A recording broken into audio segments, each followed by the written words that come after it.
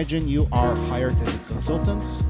Some company hires you, and they have a lot of problems with finding new people. Basically, they have a problem with their recruitment. What are the most important things that you're going to look at first in order to see why they're having the problem and how to approach this particular problem? Let's start there. Okay, great. This is a great question. I can tell you what I usually do. I start speaking with the managers in the company about what's their current status, how is the business going, what are the salary ranges.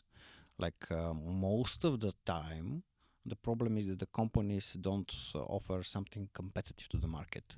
Whatever we read in the job ads, competitive salary, and I'm like, okay, if it's competitive, why don't you show it? If it's so competitive, most of the time, companies don't pay well enough. Okay. And after that, they're like, okay, nobody wants to work. Like, okay, no one wants to work for free. That's for sure. Then I speak with the people. I have to check what is their retention rate. If they cannot find people because people are always leaving, they have another kind of problem. If let's imagine your company is 50 people and you want to scale up to 100 in 3 months, then we have another problems and we have to find different solutions. Then I'm checking the funnel. Do they have any candidates? Where the candidates come from? How fast are they being processed? A lot of companies, small and big, currently they are acting very foolishly, very stupidly on the terms of recruitment speed.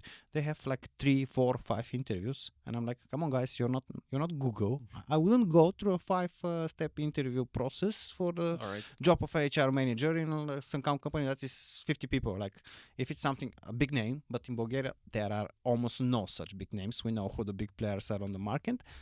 Almost everybody else doesn't deserve 5 or 6 interviews, and we have it currently. I have a friend of mine who is software manager, let's call it that way, his position, and he has been going through numerous rounds of interviews. With one of the companies, he has been on 5 different interviews, and okay, they don't offer him a director position. It's just software manager, and he would be responsible for 2 teams of 6 people each, which is okay. It can be named team. Yeah. It can be named team lead. It's many companies. So, yeah, most of the time it's either money, or they're slow, or they haven't communicated their vision good enough. And there is another problem that many companies don't have a good vision. They don't have a lot of values, or they don't have values at all. They don't know their values. They don't know them, and this is something that we also do. It's important to have values, and like if you have to ask me 5 years ago that question about the values, I would say, oh, this is bullshit. Like whenever company grows too much and they start writing their values on the wall, they're done. Like they have too much free time. Which can be partially true, but now, when I'm working as a consultant in my own company, when I work for different companies as well, I see that this is your standing point. You should have something that you're referring to, and those things, they're the cornerstone of all the decisions that you're making in your company path and how you treat people. And I think this is where we must begin initially. All right. And when we find and we identify those problems, then we can go out and look for the solutions. If the problem is with the payment, okay, we should try to raise the salary ranges.